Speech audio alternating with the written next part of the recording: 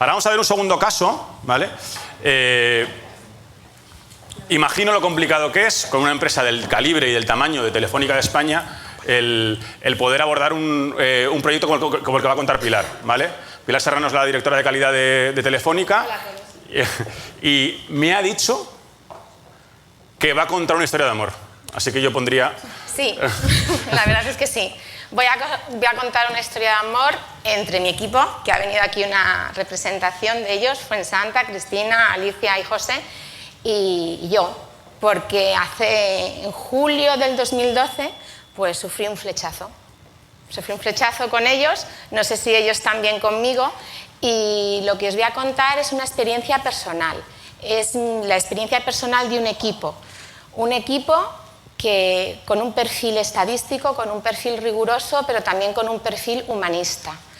Un equipo que se dejó afectar por una intuición y que se dejó liderar por una impostora. Cuando estaba escuchando hace un momento a Nacho, decía, madre mía, cuando vengo y veo y comparto en estos foros este conocimiento, lo que siempre tengo una sensación de hambre de conocimiento, de hambre de experiencia, y siempre me impacta el VVR, visible, ¿cómo era? ¿Dónde está Nacho, que le he perdido? Sí, y relevante, ¿no? Entonces, siempre les estaba diciendo a los chicos, haced foto, haced foto. Y entonces al mismo tiempo decía, y ahora yo voy a salir y ¿qué les voy a contar? ¿Qué les voy a contar que les enganche y que les interese? Entonces, bueno, pues lo que os voy a contar es por qué yo creo que la Dirección de Calidad de Telefónica España somos profesionales de la agitación. Cuando nos invitaron a compartir con vosotros nuestra experiencia, nuestra última experiencia, nuestra última etapa, pues inmediatamente fui corriendo a la chuletilla y leí interpretación y acción. Y el primer apartado decía, medir para actuar. Y dije, bueno, de esto podemos contar algo. Pero dije, actuar. Inmediatamente pensé, acción. ¿Y cuál es el primer paso para la acción? El primer paso para la acción es la agitación. Tú te agitas, te mueves, inmediatamente pasas de un sitio a otro.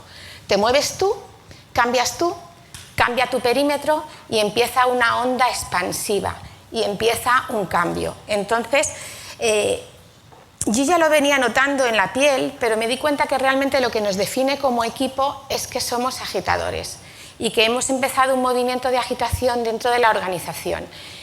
Y que somos agitadores porque hemos dejado que las cosas que le pasan a los clientes nos afecten. Porque no son los datos lo que cambian los comportamientos, son las emociones lo que cambian los comportamientos. Un dato te deja frío, una emoción te hace sentir deseo o miedo y eso inmediatamente te mueve, te conmueve. Entonces nosotros somos un equipo de humanistas donde hay un montón de capacidades, pero nos consideramos profesionales de la agitación. José, que está ahí, le dije, José, quiero que pienses en una cita para explicar nuestro viaje, para explicar el camino que hemos compartido, nuestra experiencia vital. Y entonces encontré una cita de un señor francés, que es un matemático de finales del siglo XIX y principios del siglo XX, que le llamaban en su tiempo el monstruo de las matemáticas. Era un universalista y sabía de todas las doctrinas. Es decir, era un señor muy parecido en perfil intelectual a lo que luego sería un Einstein. Y este señor decía que probamos por medio de la lógica, pero descubrimos por medio de la intuición. Yo os voy a contar hoy una historia de pasado. Nos ponemos en el día de hoy, junio del 2015, y voy a irme en el tiempo 3 años atrás. Todos los pasos que vivimos, todos los pasos que emprendimos, mirándolo desde hoy, obedecen a una lógica y tienen un sentido de negocio. Pero si soy sincera, y debo serlo ante vosotros porque es el único valor que tengo como impostora de calidad, todo se debió a una intuición. Y la intuición es una intuición negativa sobre la que luego construimos. La intuición era que estábamos en un cambio de ciclo y que si no nos transformábamos como unidad y no cambiábamos la contribución que hacíamos en la organización, íbamos a fracasar. Y además, además la intuición fue poderosa y un poco fuera de contexto, porque en ese momento la dirección de calidad tenía un estatus muy reconocido y muy elevado dentro de la organización de Telefónica España. Había sido capaz de implantar, compartir, publicar, difundir todo lo que era un modelo completo de satisfacción de cliente. Habían probado el rigor y la representatividad de todas sus medidas, de todo lo que hacíamos, y estábamos en un momento dulce, estábamos en un momento en el que nos escuchaban lo que teníamos que decir en cuanto a satisfacción de cliente.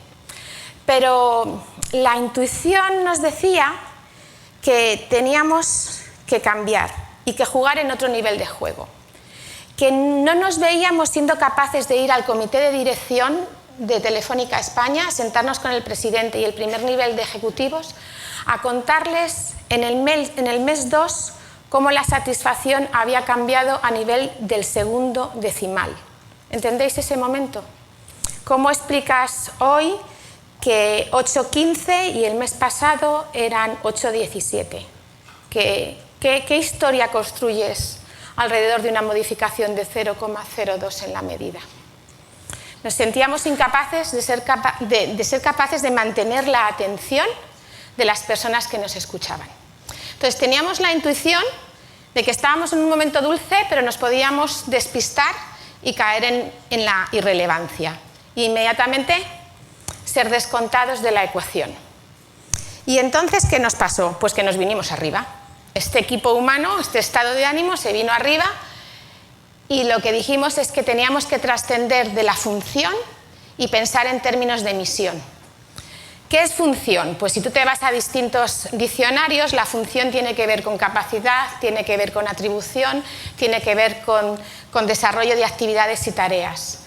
Era evidente que nosotros teníamos la función de certificar a la compañía y era evidente que teníamos la función de medir la satisfacción de los clientes y difundir esa información con todas las áreas. Y pensad que estamos hablando de una compañía de 30.000 empleados, con un volumen de facturación elevadísimo, con un montón de socios con los que realizamos negocios, socios con los que además nos relacionamos teniendo muy en cuenta la satisfacción de los clientes, porque la satisfacción de los clientes forma parte de los elementos que se consideran para pagar a los terceros que trabajan con nosotros. Es decir, nuestra función era importantísima y súper relevante y nos podíamos haber quedado ahí. Pero lo que os digo, nos vinimos arriba y decidimos que nosotros no éramos responsables de obtener un dato.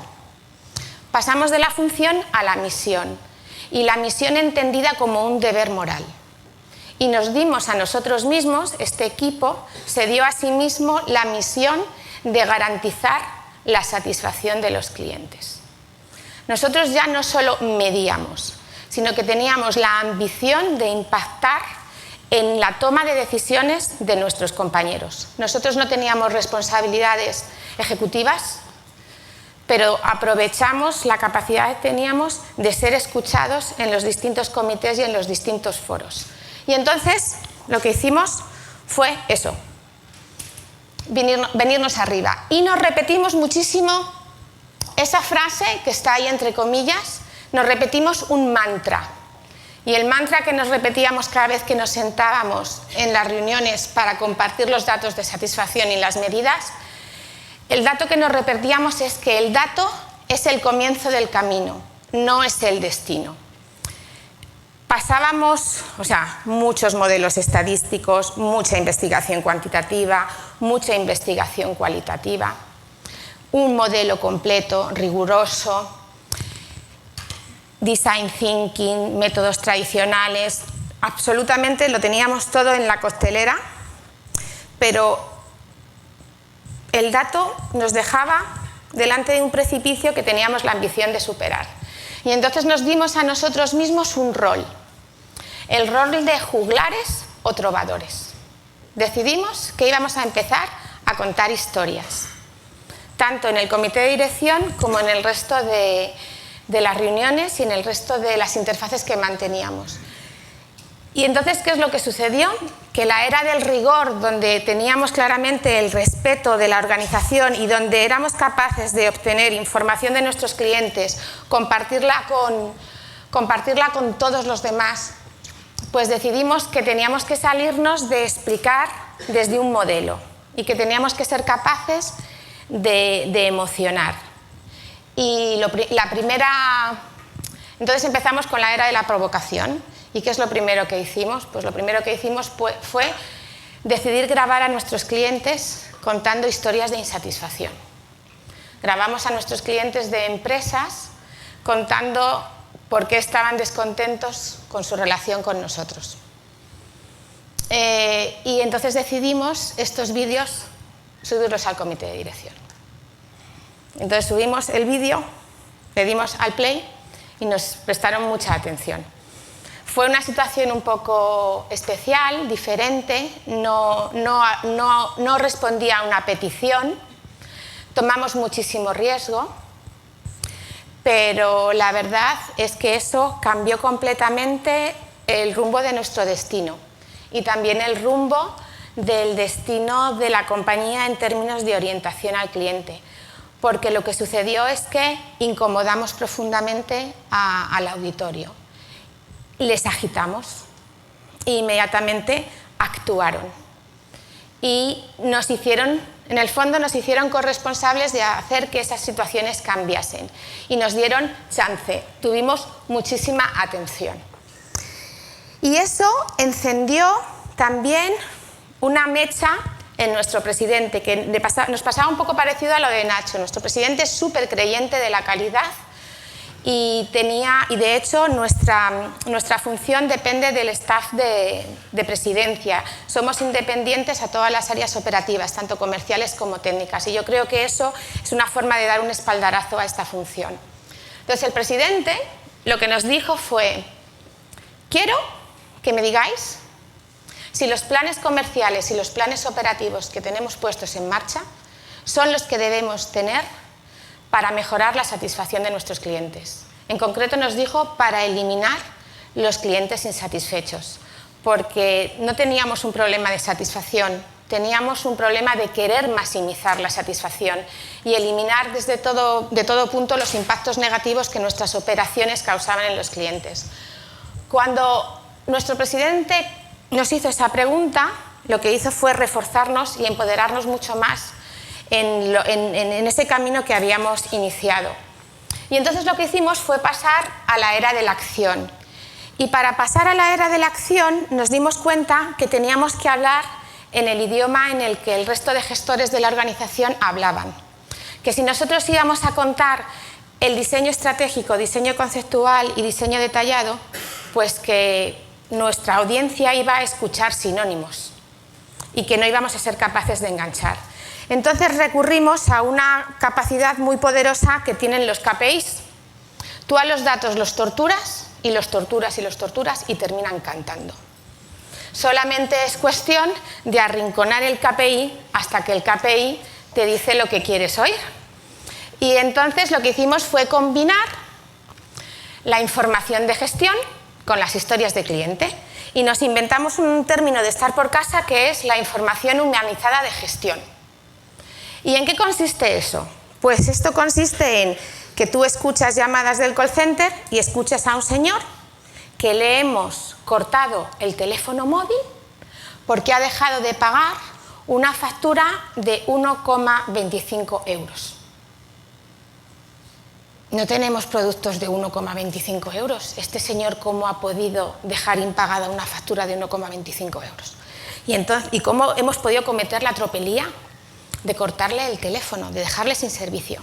Entonces empezamos a tirar del KPI y empezamos a obtener el número de facturas que emitimos al mes, el número de facturas que emitimos por cliente. Vemos que emitimos más de una factura por cliente. Entonces empezamos a analizar en qué cuentas corrientes se domicilian esas facturas y seguimos tirando de la madeja hasta que nos damos cuenta que los clientes a veces tienen servicios que no utilizan nunca o una vez cada 5 años y que las tienen domiciliado el pago de ese recibo en cuentas que ya han abandonado hace mucho. Es decir, nos encontramos que desde un KPI financiero, que es seguir el porcentaje de clientes desconectados sobre predesconectados y relacionándolo con el número de facturas emitidas por cabeza, por cliente, éramos capaces de identificar una figura que no conocíamos, que el balance y que los KPIs de gestión no te ponían en evidencia, y es que hay clientes que impagan que no tienen intención de impagar. Es decir, causamos daño sin tener intención de causar daño, solo por la realidad de que el cliente tiene una vida, se cambia de cuenta, cambia sus domiciliaciones bancarias, se cambia de domicilio, se traslada, se olvida de pagar un recibo y estamos causando impactos negativos. Nunca jamás, desde los cuadros de mando de gestión tradicionales, seríamos capaces de identificar en los KPIs esta información. Sin embargo, cuando combinamos los KPIs con las historias de cliente, inmediatamente el iceberg emerge y eres capaz de verlo en toda su amplitud.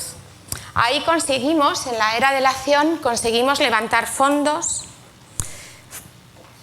cambiar procesos, cambiar sistemas, y el único mérito era que éramos capaces de poner la historia de cliente contextualizada con el KPI de gestión, y los business case salían solos. No tenía ningún mérito pelear las inversiones y pelear los gastos, porque los trovadores en los que nos habíamos convertido contábamos historias donde la moraleja ya estaba embebida. Nuestros comités de dirección ya se encontraban casi con el plan de acción y con el trabajo con el que teníamos que acometer, y fue realmente excitante, pero al mismo tiempo casi muy fácil. Lo difícil es acompañarte de todo el trabajo que tienes que hacer para juntar las historias de clientes con la información de gestión, pero correlan mucho más de lo que uno se puede imaginar a priori. Y ahora mismo, en el 2015, estamos en una era que la llamamos la era de la epifanía, la era de los descubrimientos. Durante 2 años, lo que hemos hecho ha sido interpretar la voz del cliente, medir y medir su recuerdo, medir la satisfacción en el recuerdo, y a partir de la información que tenemos de cada una de las interactuaciones de cada uno de los contactos, explicar desde el contacto inmediato cómo afecta eso al cliente en el recuerdo. Este año hemos cambiado eso porque hemos decidido que en todas las interpretaciones, en todas las traducciones, se pierde esencia. Y entonces lo que hemos hecho es pedirles a los clientes que ellos mismos nos expliquen por qué nos dan esas notas y por qué nos valoran en el recuerdo como nos valoran. Porque nosotros a veces, yo siempre pongo el ejemplo del codazo, nosotros medimos una interacción y el cliente puede estar muy disgustado, muy enfadado. Eso es muy parecido a cuando te das un codazo. A que duele mucho un codazo, si te das justo en el lugar, ¿verdad? Pero a que si te preguntan mañana por el codazo ni lo recuerdas. ¿Es así? Pues a veces los contactos tienen una intensidad emocional, valga la redundancia, muy intensa, pero luego no dejan pozo. Entonces, al reto al que nos estamos enfrentando en el 2015 es a dejar de interpretar desde el codazo, dejar de interpretar desde la interactuación, dejar de interpretar desde la puntuación que nos ponen los clientes cuando entran en la tienda, cuando entran en el canal online, cuando reciben a un instalador en su casa que les provisiona el servicio, cuando llaman por teléfono. Eso está ahí y forma un pozo, pero hay muchas otras cosas que tienen que ver con el propio cliente que no somos capaces de capturar. Y entonces les hemos pedido que nos lo cuenten. Y están por aquí las señoras de Madison, que nos están ayudando muchísimo en ese trabajo, porque hemos establecido una entrevista abierta con los clientes. No podemos decir que es una entrevista por empatía, porque no podemos ser excesivamente empáticos, porque influiríamos en la nota, pero sí podemos decir que estamos desarrollando la capacidad de escucha activa y que gracias a esta escucha activa estamos descubriendo que hay cosas, hay paradigmas, hay creencias dentro de nuestra organización que las tenemos descontadas, que las consideramos irrelevantes, que las consideramos higiénicas y que para el cliente son fundamentales. Yo tenía un jefe que decía que cuando te pones a trabajar siempre es importante contar con una persona que venga nueva y que entre en la sala, porque a veces los que estamos trabajando con un elefante. Tenemos allí un elefante en el despacho y no lo vemos y parece que no, y entonces llega uno nuevo y dice, Dios mío, el elefante. Y está durante un rato admirándose, ¿no? Pues lo que nos ha pasado con los clientes es que nos están hablando de nuestros elefantes, de los elefantes que tenemos dentro de la casa. Entonces lo llamamos la era de la epifanía y pensamos que tenemos un rol catalizador porque ahora lo que nos toca es cambiar paradigmas y cambiar de modelo y de juego. Y los clientes nos están dando pistas para cambiar la genética de nuestros modelos operativos. Porque no podéis imaginar lo bien que se explican los clientes, lo bien que explican las sensaciones, las emociones, los impactos que les causamos. Y esto es un poco nuestro camino. Quería mostraros resultados. Del 2012 al 2014 hemos mejorado en un 16% la satisfacción de nuestros clientes. No quería dejarlo escrito porque es un poco, puede parecer poco fino y poco elegante, pero puedo deciros que somos el operador en el mercado de telecomunicaciones español con la satisfacción de los clientes más alta en operadores comparables, lo cual tampoco es para sacar pecho porque tenemos mucho por hacer. Hemos mejorado el gap positivo con nuestro competidor de referencia en un 26%. Hemos reducido nuestro presupuesto del Departamento de Calidad en un 85%. Ahora explicaremos por qué. Porque hemos industrializado y hemos comprado la tecnología adecuada y puesto en marcha la tecnología adecuada para poder hacer más y más barato. Y nuestra capacidad de encuestación pues, se ha multiplicado por 100. Antes manejábamos del orden de 10.000 feedback de clientes al mes y ahora manejamos más de 1 millón de feedback de clientes al mes individuales. ¿Cómo lo hemos hecho? Aquí la intuición era que teníamos que trabajar a 2 niveles. Teníamos que trabajar en los despachos y teníamos que trabajar en el despacho. Teníamos que trabajar en el despacho del comité ejecutivo, contando historias relevantes. Pero era fundamental que trabajásemos con la operación, porque los que tienen el control son los que tocan al cliente. Y solamente ellos controlan la ejecución. Y las torres de marfil son las torres de marfil. Hay que bajarse al barro, hay que ensuciarse, hay que tocar. Entonces lo que hicimos fue una simplificación radical del modelo de análisis de satisfacción del cliente. Decidimos que íbamos a dejar de emborracharnos con datos y que íbamos a beber alcohol de calidad. Nos apalancamos muchísimo en las tecnologías CRM porque dicen que en casa del herrero cuchillo de palo. Y es verdad, nosotros vendemos tecnología, proveemos de tecnología a nuestros clientes y no la estábamos utilizando. Entonces nos pusimos a utilizar la tecnología de gestión de clientes y de encuestación automática. Pusimos mucho foco en la investigación cualitativa porque cuando, no sé si a vosotros os pasa, pero tenemos muchísimo sesgo, muchísimo sesgo. Es imposible que diseñemos una encuesta y nos enfrentemos a un quanti sin que esa encuesta se parezca muchísimo a nosotros. ¿Cuánto me queda? Ya voy pasadísima, ¿no? Y entonces, luego lo que hicimos es estudiar mucho, hacer muchos análisis estadísticos y nuevo modelo. Y yo aquí solamente 2 cosas. Rescatar el valor de lo sencillo. Hay muchas veces que tomamos decisiones que no sabemos lo importantes que van a ser. Uno mejora mucho su asertividad cuando en vez de decir que la valoración de un cliente del 1 al 10 es un 8, mejora mucho tu asertividad y mejora mucho las decisiones y las explicaciones y las narrativas cuando les dices al comité de dirección, los clientes no están contentos. Entonces dejamos del 1 al 10, empezamos a preguntar sí, no. Te da así como un poco de escalofrío, porque salvas mucho más la situación con un 7-23. Un sí y un no ya te pone en evidencia. Pero decidimos ponernos en evidencia. Luego otra cosa muy importante, decidimos preguntar más y decidimos publicar antes.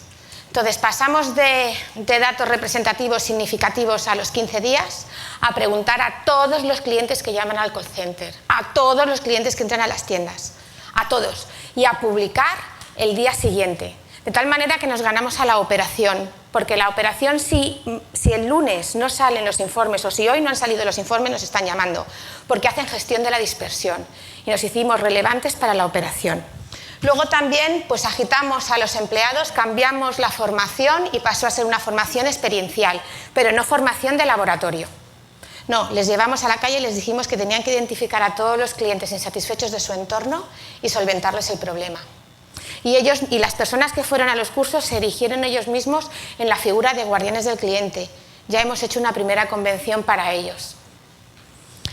Y luego, bueno, y estas son, quería poneros una foto rápida de las cosas que descubrimos, pues que la satisfacción cambia según los niveles y las palancas no son las mismas las palancas que le afectan a un cliente que te da un 4 que las palancas que le afectan a un cliente que te da un 7. Descubrimos que había una cosa que se llamaba el techo de satisfacción. El techo de satisfacción en el mercado de las telecomunicaciones está en 8 y pico. Y sabemos cuál es el camino de la satisfacción, lo que suma y lo que resta, lo que son delighters y lo que son destructores de satisfacción, lo que son los agujeros negros. Esto es lo que os contaba, esto es una cosa muy burda, es un Excel, pero sin esto no puede vivir el call center de Telefónica España. Y esto es pues lo último, esto es lo que nos va a dar de comer, si Dios quiere, en el segundo semestre del año. Y con esto ya termino. Al cliente le preguntamos qué cuentas tiene con nosotros, si las tiene resueltas y si fuimos ágiles en atenderle y en resolverle la gestión. Y tenemos identificado por tamaño cuáles son las historias que se nos atascan y tenemos totalmente identificada para cada una de estas historias el porcentaje de resolución ágil, no ágil, y esto es con lo que ahora nos vamos a mudar de piel, vamos a cambiar los modelos operativos y vamos a tocar hueso y cambiar las cosas estructurales que tengamos que cambiar, porque ya lo siguiente ya no se hace de cirugía ni de régimen, ya es un feel good integral que tenemos que acometer. Y nada, muchas gracias por vuestra atención, no sé si tenéis alguna pregunta, quería daros las gracias ya por último.